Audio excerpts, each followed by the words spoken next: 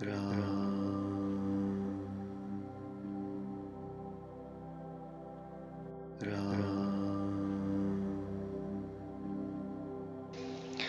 नाथ, शिवजी के धनुष को तोड़ने वाला आपका कोई एक दास ही होगा।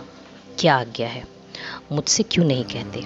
यह सुनकर क्रोधी मुनि रिसाकर बोले, सेवक वह है जो सेवा का काम करे, शत्रु का काम करके तो लड़ाई ही करनी चाहिए। हे राम, सुनो, जिसने शिव के धनुष को तोड़ा है वह सहस्त्र बाहु के समान मेरा शत्रु है। वह इस समाज को छोड़कर अलग हो जाए, नहीं तो सभी राजा मारे जाएंगे। मुनि के वचन सुनकर लक्ष्मण जी मुस्कुराए और परशुराम जी का अपमान करते हुए बोले, हे गोसाई, लड़कपन में हमने बहुत सी दुनिया तोड़ डाली, किंतु आपने ऐसा क्रोध कभी नहीं किया। इसी धनुष पर इतनी ममता कैसे कारण से है? यह सुनकर भृगुवंश की ध्वजा स्वरूप परशुराम जी कुपित होकर कहने लगे, अरे राजपुत्र, काल के वश में होने से तुझे बोलने में कुछ भी होश नहीं। सारे संसार में विख्यात शिवजी का यह धनुष क्या धनु ही के समान है?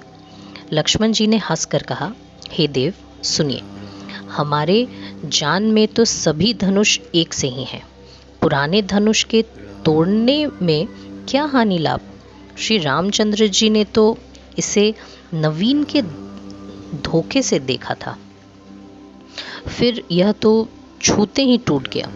इसमें रघुनाथ जी का भी कोई दोष नहीं। मुनि, आप बिना ही कारण किस लिए क्रोध करते हैं? परशुराम जी अपने फरसे की ओर देखकर बोले, अरे दुष्ट, तूने मेरा स्वभाव नहीं सुना। मैं तुझे बालक जानकर नहीं मारता हूँ। अरे मूर्ख, क्या तू मुझे निरा मुनि ही जानता है? मैं बाल ब्रह्मचारी और अत्यंत क्रोधी हूँ। क्षत्रिय कुल का शत्रु तो विश्व भर में विख्यात हूँ। अपनी भुजाओं के बल से मैंने पृथ्वी को राजाओं से रहित कर दिया और बहुत बार उसे ब्राह्मणों को दे डाला। हे राजकुमार, सहस्त्र बाहु की भुजाओं को काटने वाले मेरे इस फरसे को देख। अरे राजा के बालक, तू अपने माता पिता को सोच के वश ना कर। मेरा फरसा बड़ा भयानक है, यह गर्भों के बच्चों का भी नाश करने वाला है। लक्ष्मण जी हंसकर कोमल वाणी से बोले, अहो मुनीश्वर, तो अपने को बड़ा भारी योद्धा समझते हैं, बार बार मुझे कुल्हाड़ी दिखाते हैं, फूंक से पहाड़ उड़ाना चाहते हैं। यहाँ कोई कुम्भडे की बतिया नहीं है जो तर्जनी उंगली को देखते ही मर जाती है। कुठार और धनुष बाण देखकर ही मैंने कुछ अभिमान सहित कहा था। भृगुवंशी समझकर और यज्ञोपवीत देखकर तो जो कुछ आप कहते हैं उसे मैं क्रोध को रोककर सह लेता हूँ। देवता, ब्राह्मण, भगवान के भक्त और गौ, इन पर हमारे कुल में वीरता नहीं दिखाई जाती, क्योंकि इन्हें मारने से पाप लगता है और इनसे हार जाने पर अपकीर्ति होती है। इसलिए आप मारे तो भी आपके पैर ही पड़ना चाहिए। आपका एक एक वचन ही करोड़ों वज्र के समान है। धनुष, बाण और कुठार तो आप व्यर्थ ही धारण करते हैं। इन्हें देखकर मैंने कुछ अनुचित कहा हो तो उसे ही धीर महामुनि क्षमा कीजिए। यह सुनकर भृगुवंश मणि परशुराम जी क्रोध के साथ गंभीर वाणी बोले, हे विश्वामित्र, सुनो, यह बालक बड़ा कुबुद्धि और कुटिल है। काल के वश होकर यह अपने कुल का घातक बन रहा है। यह सूर्यवंशी रूपी पूर्ण चंद्र का कलंक है। यह बिल्कुल उद्दंड, मूर्ख और निडर है। अभी क्षण भर में यह काल का ग्रास हो जाएगा। मैं पुकार कर कह देता हूँ, फिर मुझे दोष नहीं है। यदि तुम इसे बचाना चाहते हो तो हमारा प्रताप, बल और क्रोध बतलाकर इसे मना कर दो। लक्ष्मण जी ने कहा, हे मुनि, आपका सुयश आपके रहते दूसरा कौन वर्णन कर सकता है? आपने ही अपने मुंह से अपनी करनी अनेकों बार बहुत प्रकार से वर्णन की है।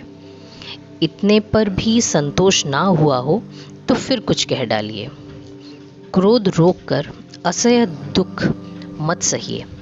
आप वीरता का व्रत धारण करने वाले, धैर्यवान और शोभ रहित हैं। गाली देते शोभा नहीं पाते।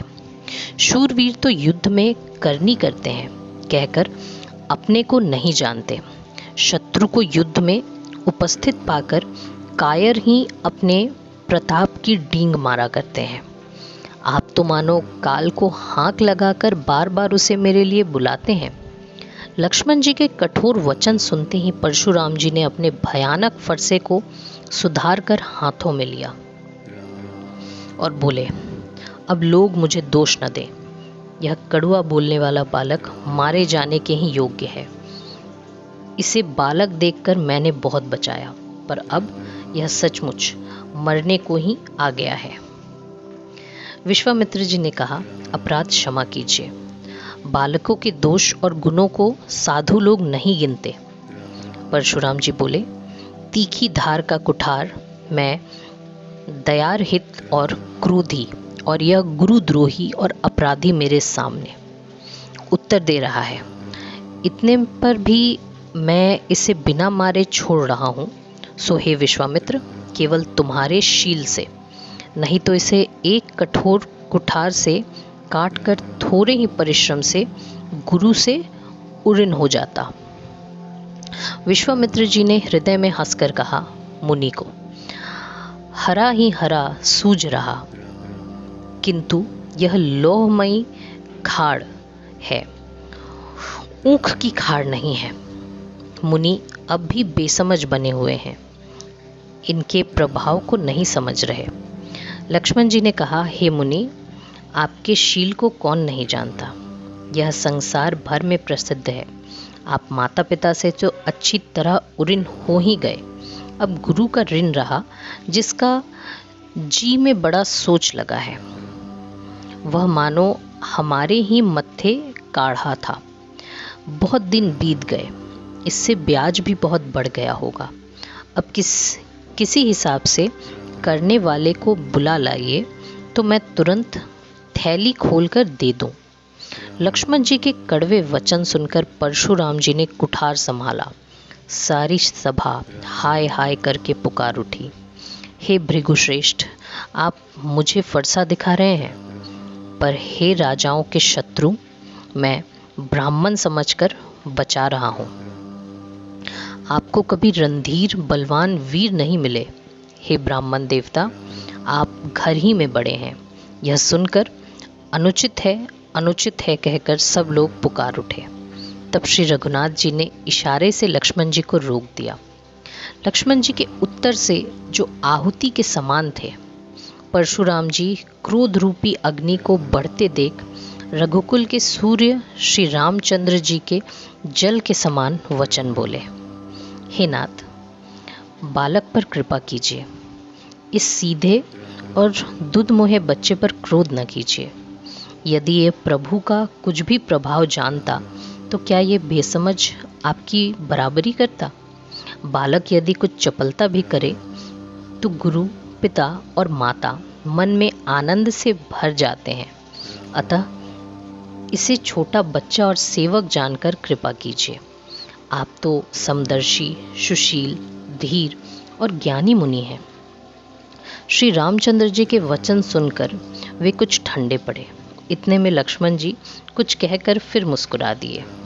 उनको हंसते देखकर परशुराम जी के नक से शिखा तक क्रोध छा गया। उन्होंने कहा, हे राम, तेरा भाई बड़ा पापी है। यह शरीर से गोरा पर हृदय का बड़ा काला है। यह विषमुख है, दुधमुहा नहीं। स्वभाव से ही टेढ़ा है, तेरा अनुसरण नहीं करता। यह नीच मुझे काल के समान नहीं देखता।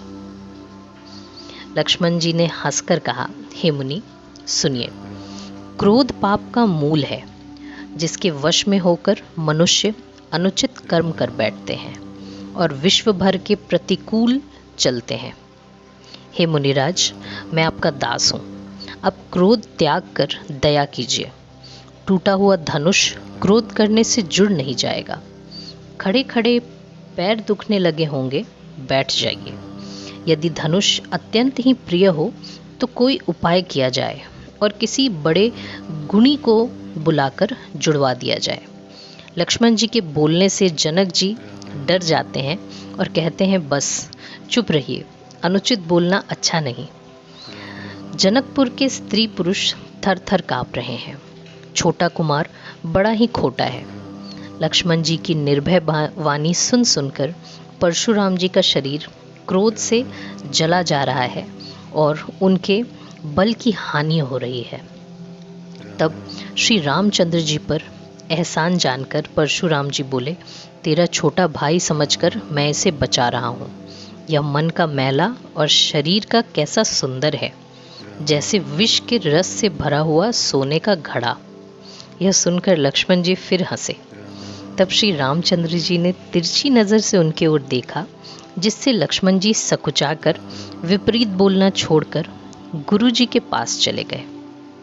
श्री रामचंद्र जी दोनों हाथ जोड़कर अत्यंत विनय के साथ कोमल और शीतल वाणी बोले, हे नाथ सुनिए, आप तो स्वभाव से ही सुजान हैं। आप बालक के वचन पर कान ना कीजिए। बैर और बालक का एक स्वभाव है। संतजन इन्हें कभी दोष नहीं लगाते। फिर उसने तो कुछ काम भी नहीं बिगाड़ा है। हे नाथ, आपका अपराधी तो मैं हूँ। अतः हे स्वामी, कृपा, क्रोध, वर और बंधन जो कुछ करना हो दास की तरह मुझ पे कीजिए। जिस प्रकार से शीघ्र आपका क्रोध दूर हो, हे मुनिराज, बताइए, मैं वही उपाय करूं। मुनि ने कहा, हे राम, क्रोध कैसे जाए? अब भी तेरा छोटा भाई टेढ़ा ही ताक रहा है। इसकी गर्दन पर मैंने कुठार ना चलाया तो क्रोध करके किया ही क्या? मेरे जिस कुठार की घोर करनी सुनकर राजाओं की स्त्रियों के गर्भ गिर पड़ते हैं, उसी फरसे के रहते मैं इस शत्रु को, राजपुत्र को जीवित देख रहा हूँ।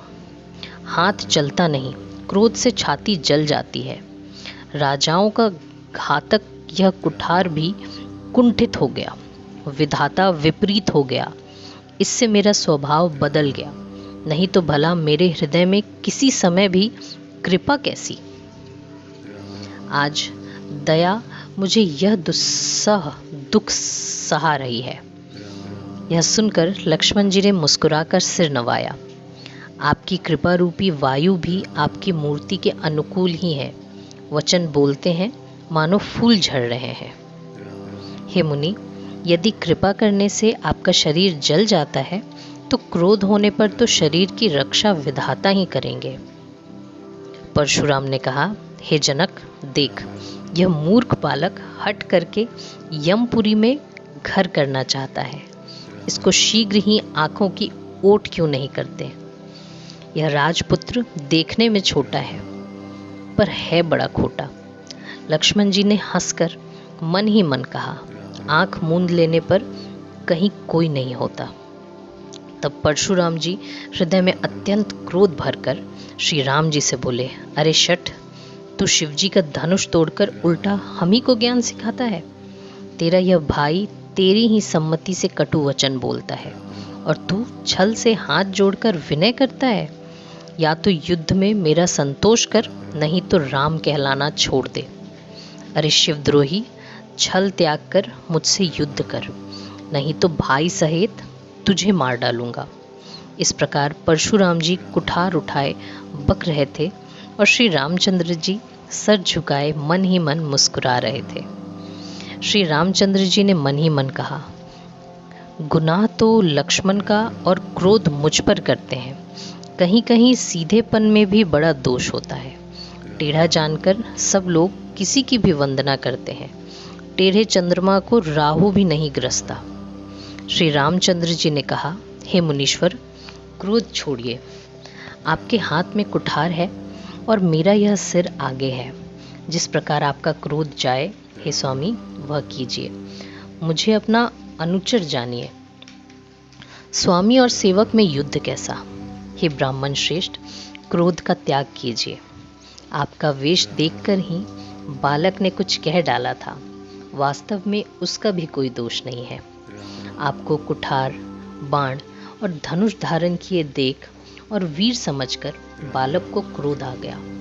वह आपका नाम तो जानता था, पर उसने आपको पहचाना नहीं। अपने वंश के स्वभाव के अनुसार उसने उत्तर दिया, यदि आप मुनि की तरह आते तो हे स्वामी, बालक आपके चरणों की धूरी सिर पर रखता। अनजाने की भूल को क्षमा कर दीजिए।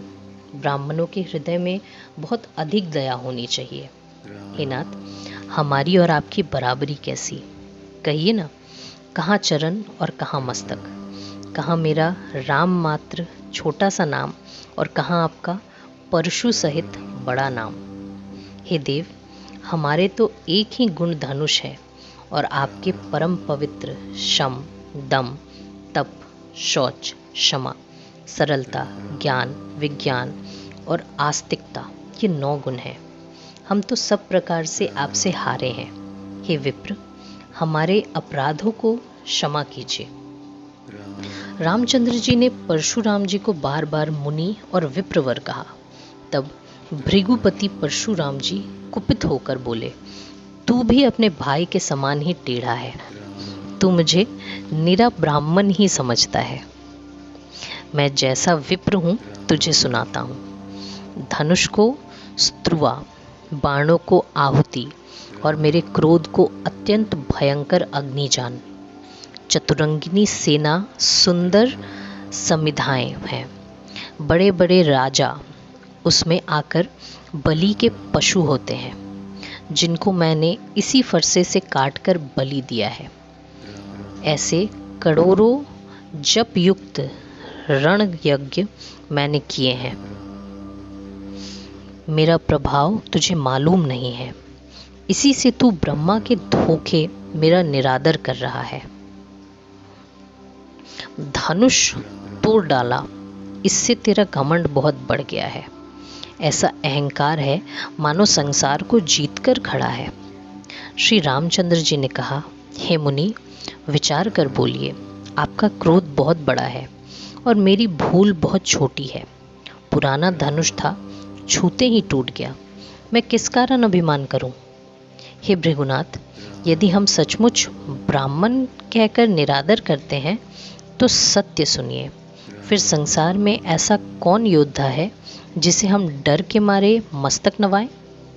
देवता, दैत्य, राजा या और बहुत से योद्धा, वे चाहे बल में हमारे बराबर हो चाहे अधिक बलवान हो, यदि रण में हमें कोई भी ललकारे तो हम उससे सुखपूर्वक लड़ेंगे, चाहे काल ही क्यों ना हो। क्षत्रिय का शरीर धरकर जो युद्ध में डर गया, उसे नीच ने अपने कुल पर कलंक लगा लिया। मैं स्वभाव से ही कहता हूँ, कुल की प्रशंसा करके नहीं, कि रघुवंशी रण में काल से भी नहीं डरते। ब्राह्मण वंश की ऐसी ही प्रभुता है कि जो आपसे डरता है वह सबसे निर्भय हो जाता है। श्री रघुनाथ जी के कोमल और रहस्यपूर्ण वचन सुनकर परशुराम जी की बुद्धि के पर्दे खुल गए। परशुराम जी ने कहा, हे राम, हे लक्ष्मीपति, धनुष को हाथ में लीजिए और इसे खींचिए, जिससे मेरा संदेह मिट जाए। परशुराम जी धनुष देने लगे, तब वह आप ही चला गया। तब परशुराम जी के मन में बड़ा आश्चर्य हुआ। तब उन्होंने श्री राम जी का प्रभाव जाना। उनका शरीर पुलकित और प्रफुल्लित हो गया। वे हाथ जोड़कर वचन बोले। प्रेम उनके हृदय में समाता न था। हे रघुकुल रूपी कमल वन के सूर्य, हे राक्षसों के कुल रूपी घने जंगल को जलाने वाले अग्नि, आपकी जय हो। हे देवता, ब्राह्मण और गौ का हित करने वाले, आपकी जय हो। हे मद, मोह, क्रोध और भ्रम के हरने वाले, आपकी जय हो। हे विनय, शील, कृपा आदि गुणों के समुद्र और वचनों की रक्षा में अत्यंत चतुर, आपकी जय हो। हे सेवकों को सुख देने वाले, सब अंगों से सुंदर और शरीर में करोड़ों कामदेवों की छवि धारण करने वाले, आपकी जय हो।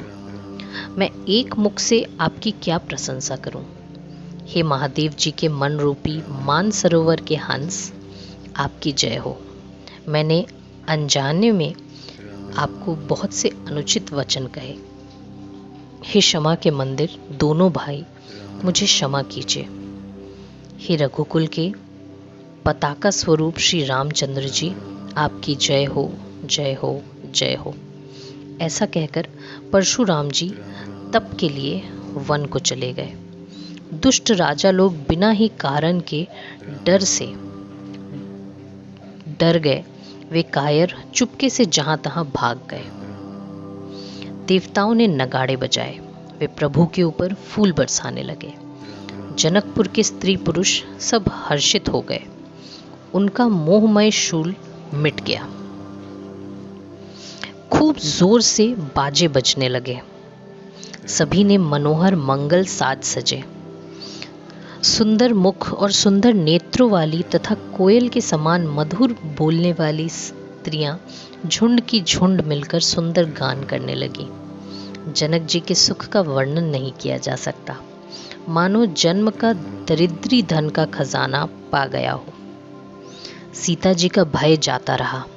वे ऐसी सुखी हुई जैसे चंद्रमा के उदय होने से चकोर की कन्या सुखी होती है। जनक जी ने विश्वामित्र जी को प्रणाम किया और कहा कि प्रभु ही की कृपा से श्री रामचंद्र जी ने धनुष तोड़ा है। दोनों भाइयों ने मुझे कृतार्थ कर दिया। हे स्वामी, अब जो उचित हो सो कहिए। मुनि ने कहा, हे चतुर नरेश, सुनो। यूं तो विवाह धनुष के अधीन था। धनुष के टूटते ही विवाह हो गया। देवता, मनुष्य और नाग सब किसी को यह मालूम है।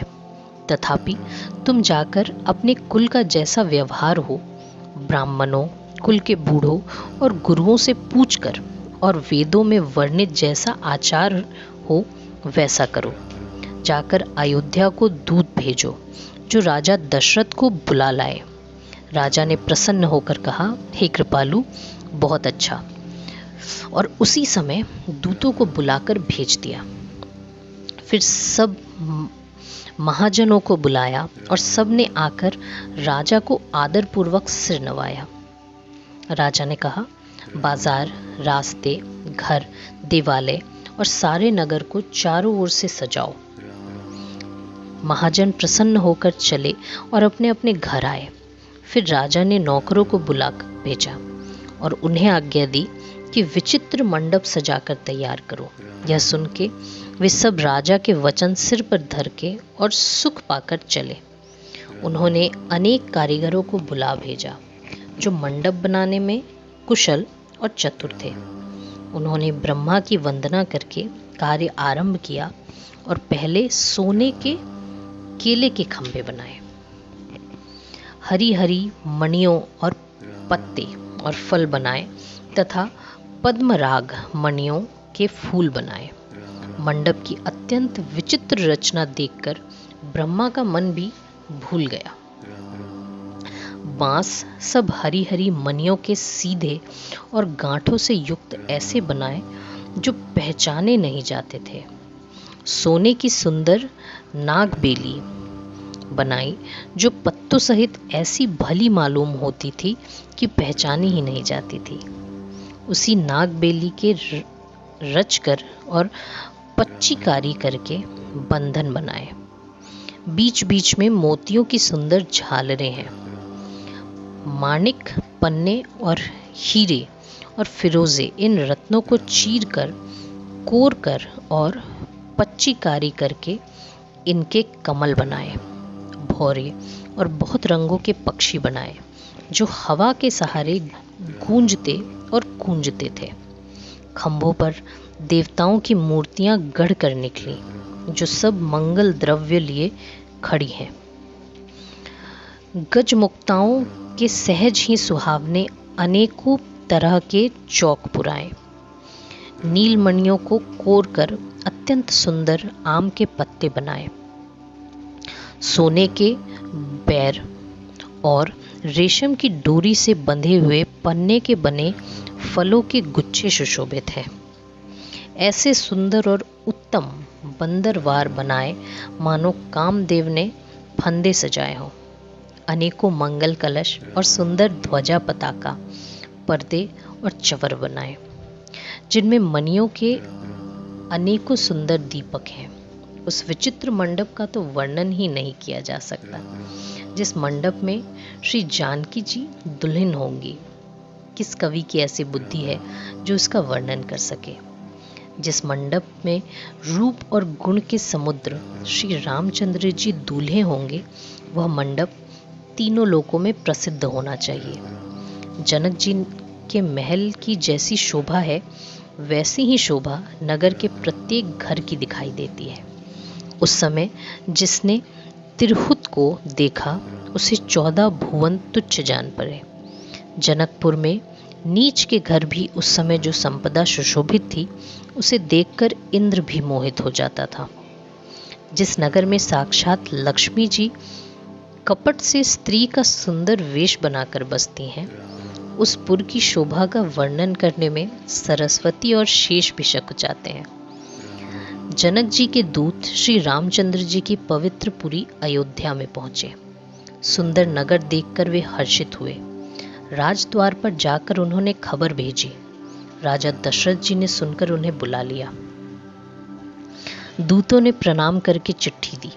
प्रसन्न होकर राजा ने स्वयं उठकर उसे लिया। चिट्ठी बाँचते समय उनके नेत्रों में जल छा गया, शरीर पुलकित हो गया और छाती भर आई। हृदय में राम और लक्ष्मण है, हाथ में सुंदर चिट्ठी है।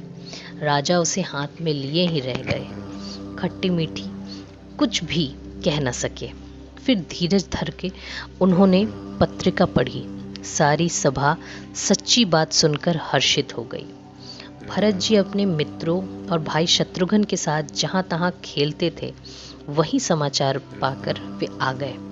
बहुत प्रेम से सकुचाते हुए पूछते हैं, पिताजी चिट्ठी कहाँ से आई है? हमारे प्राणों से प्यारे दोनों भाई, कहिए सकुशल तो हैं और वे किस देश में हैं? स्नेह से सने ये वचन सुनकर राजा ने फिर से चिट्ठी पढ़ी। चिट्ठी सुनकर दोनों भाई पुलकित हो गए। स्नेह इतना अधिक हो गया कि वह शरीर में समाता नहीं। भरत जी का पवित्र प्रेम देखकर सारी सभा ने विशेष सुख पाया। तब राजा दूतों को पास बैठाकर मन को हरने वाले मीठे वचन बोले।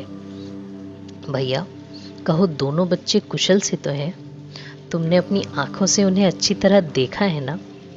सांवले और गोरे शरीर वाले वे धनुष और तरकश धारण किए रहते हैं। किशोर अवस्था है, विश्वामित्र मुनि के साथ है।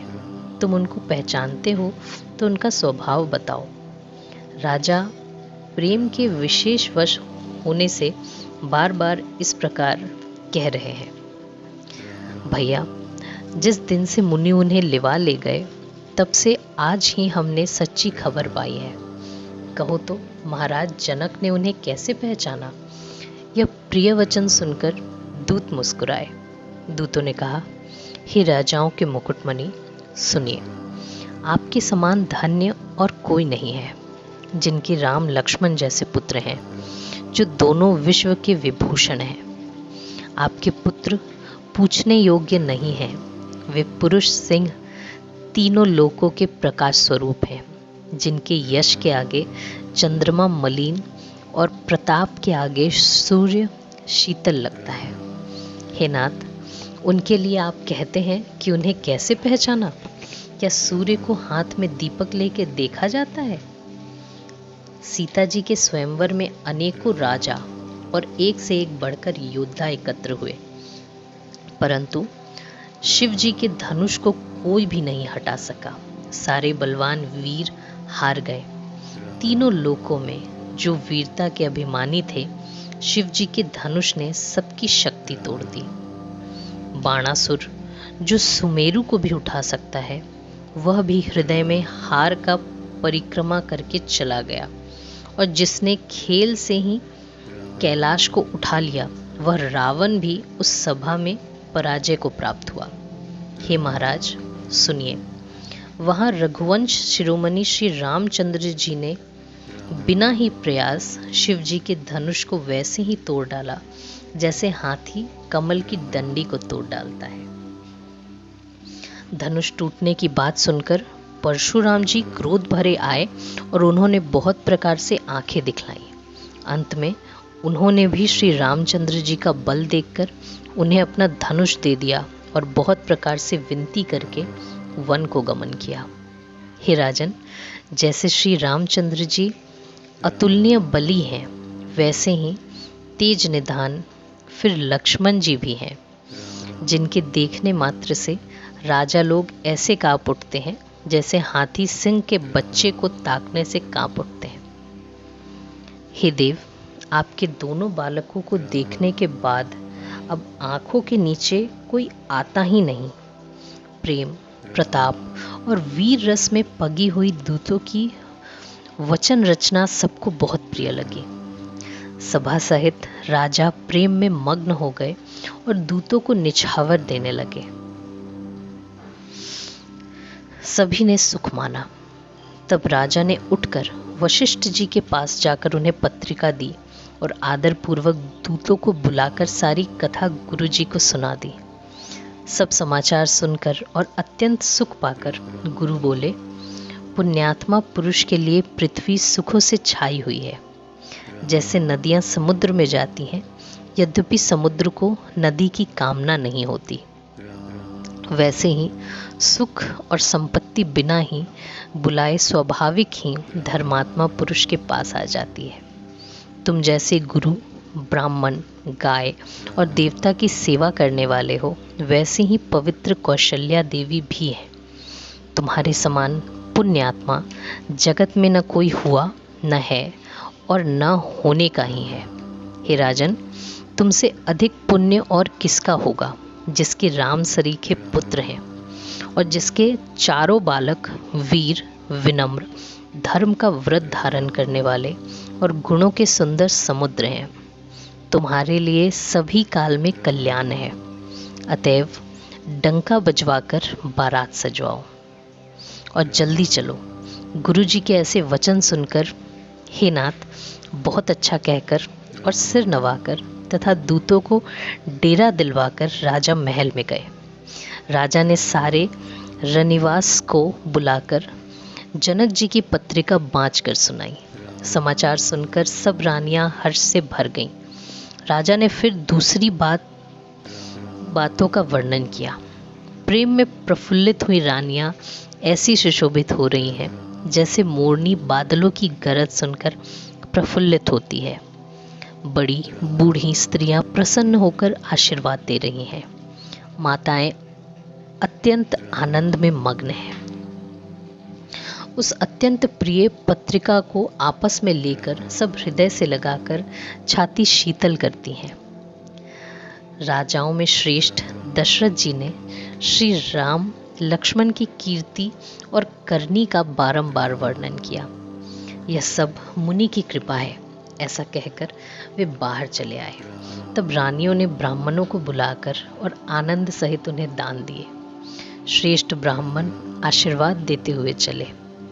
फिर भिक्षुकों को बुलाकर करोड़ों प्रकार की निछावरें उनको दी।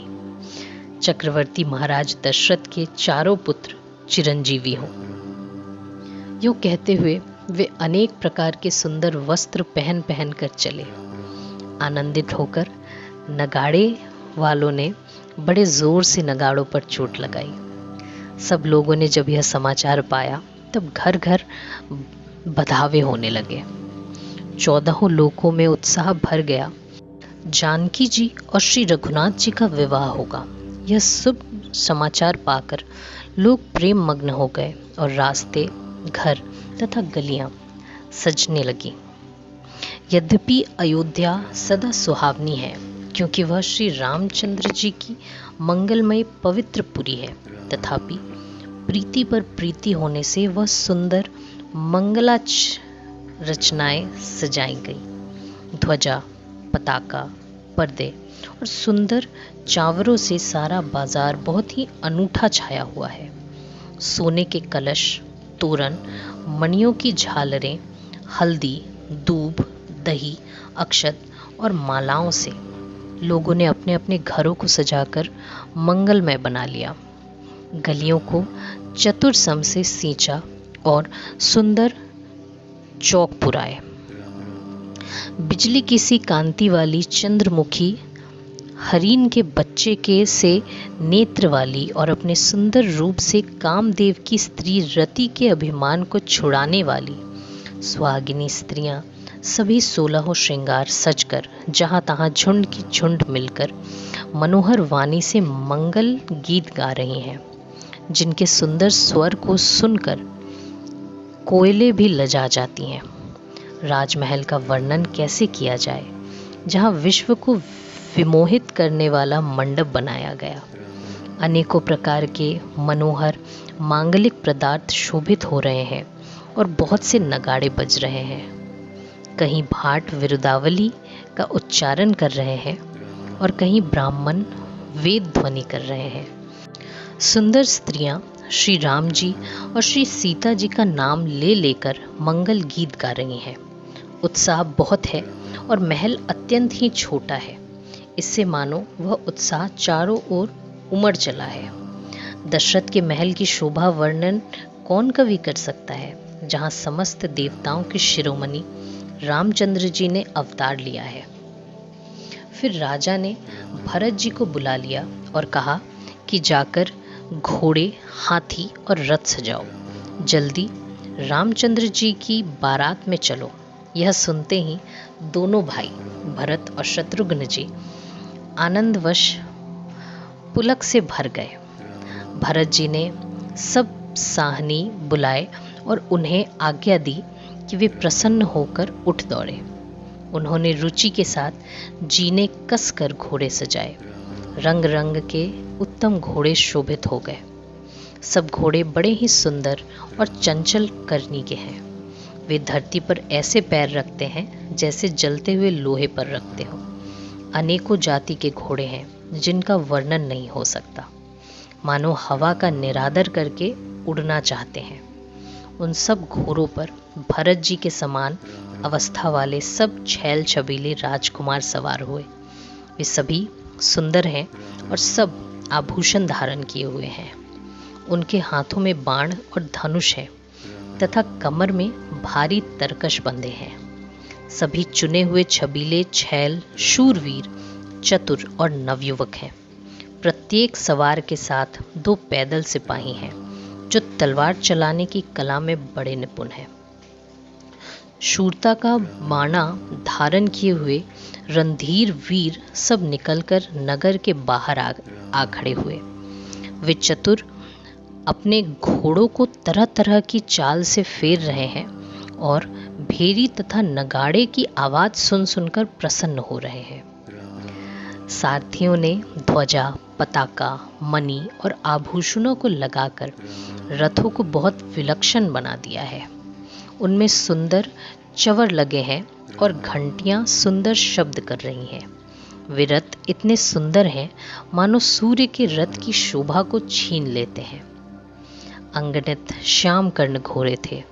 उनको सारथियों ने उन रत्नों में जोत दिया जो सभी देखने में सुंदर और गहनों से सजाए हुए सुशोभित हैं और जिन्हें देखकर मुनियों के मन भी मोहित हो जाते हैं, जो जल पर भी जमीन की तरह ही चलते हैं।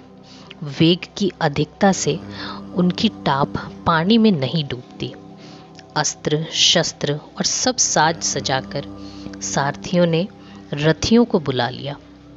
रथों पर चढ़ चढ़कर बारात नगर के बाहर जुटने लगी। जो जिस काम के लिए जाता है सभी को सुंदर शकुन होते हैं। श्रेष्ठ हाथियों पर सुंदर अंबारियां पड़ी हैं। वे जिस प्रकार सजाई गई थी सो कहा नहीं जा सकता। मतवाले हाथी घुटनों से सुशोभित होकर चले मानो सावन के सुंदर बादलों के समूह जा रहे हों।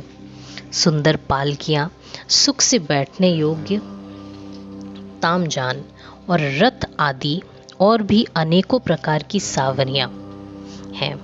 उन पर श्रेष्ठ ब्राह्मणों के समूह चढ़कर चले मानो सब वेदों के छंद ही शरीर धारण किए हुए हो। मागध, सूत, भाट और गुण गाने वाले सब जो जिस योग्य थे वैसी सवारी पर चढ़कर चले। बहुत जातियों के खच्चर, ऊंट और बैल असंख्यों प्रकार की वस्तुएं लाद लाद कर चले। कहार, करोड़ों कांवरे लेकर चले। उनमें अनेकों प्रकार की इतनी वस्तुएं थीं जिनका वर्णन कौन कर सकता है। वे सेवकों को समूह अपना अपना साथ समान बनाकर चले। सबके हृदय में अपार हर्ष है और शरीर पुलक से भरे हैं। हम श्री राम लक्ष्मण दोनों भाइयों को नेत्र भरकर कब देखेंगे। हाथी गरज रहे हैं, उनकी घंटों की भीषण ध्वनि हो रही है। चारों ओर रथों की घरघराहट है और घोड़ों की हिनहिनाहट हो रही है। बादलों का निरादर करते हुए नगाड़े घोर शब्द कर रहे हैं। किसी को अपनी पराई कोई बात कानों से सुनाई नहीं देती। राजा दशरथ के दरवाजे पर इतनी भारी भीड़ हो रही है कि वहां पत्थर फेंका जाए तो वह भी पिसकर धूल हो जाए। अटारियों पर चढ़ी स्त्रियां मंगल थालों में आरती लिए देख रही हैं और नाना प्रकार के मनोहर गीत गा रही हैं। उनके अत्यंत आनंद का बखान नहीं हो सकता। जब सुमित्रा जी ने 2 रथ सजाकर उसमें सूर्य के घोड़ों को भी मात करने वाले घोड़े जोते, दोनों सुंदर रथ वे राजा दशरथ के पास ले आए, जिनकी सुंदरता का वर्णन सरस्वती से भी नहीं हो सकता। एक रथ पर राजसी सामान सजाया गया और दूसरा, जो तेज का पुंज और अत्यंत शोभायमान था, उस सुंदर रथ पर वशिष्ठ जी को हर्षपूर्वक चढ़ाकर फिर स्वयं शिव, गुरु, गौरी और गणेश जी का स्मरण करके दूसरे रथ पर चढ़े। वशिष्ठ जी के साथ राजा दशरथ जी कैसे शोभित हो रहे हैं, जैसे देवगुरु बृहस्पति के साथ इंद्र हो। वेद की विधि से और कुल की रीति के अनुसार सब कार्य करके तथा सबको सब प्रकार से सजे देखकर, श्री रामचंद्र जी का स्मरण करके, गुरु की आज्ञा पाकर पृथ्वीपति दशरथ जी शंख बजाकर चले। बारात देखकर देवता हर्षित हुए और सुंदर मंगलदायक फूलों की वर्षा करने लगे। बड़ा शोर मच गया। घोड़े और हाथी गरजने लगे। आकाश में बारात में बाजे बजने लगे। देवांगनाएं और मनुष्यों की स्त्रियां सुंदर मंगल गान करने लगी और रसीले राग से शहनाइयां बजने लगी।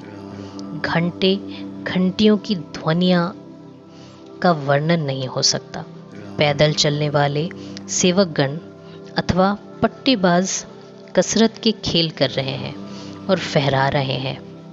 हंसी करने में निपुण और सुंदर गाने में चतुर विदूषक तरह तरह के तमाशे कर रहे हैं।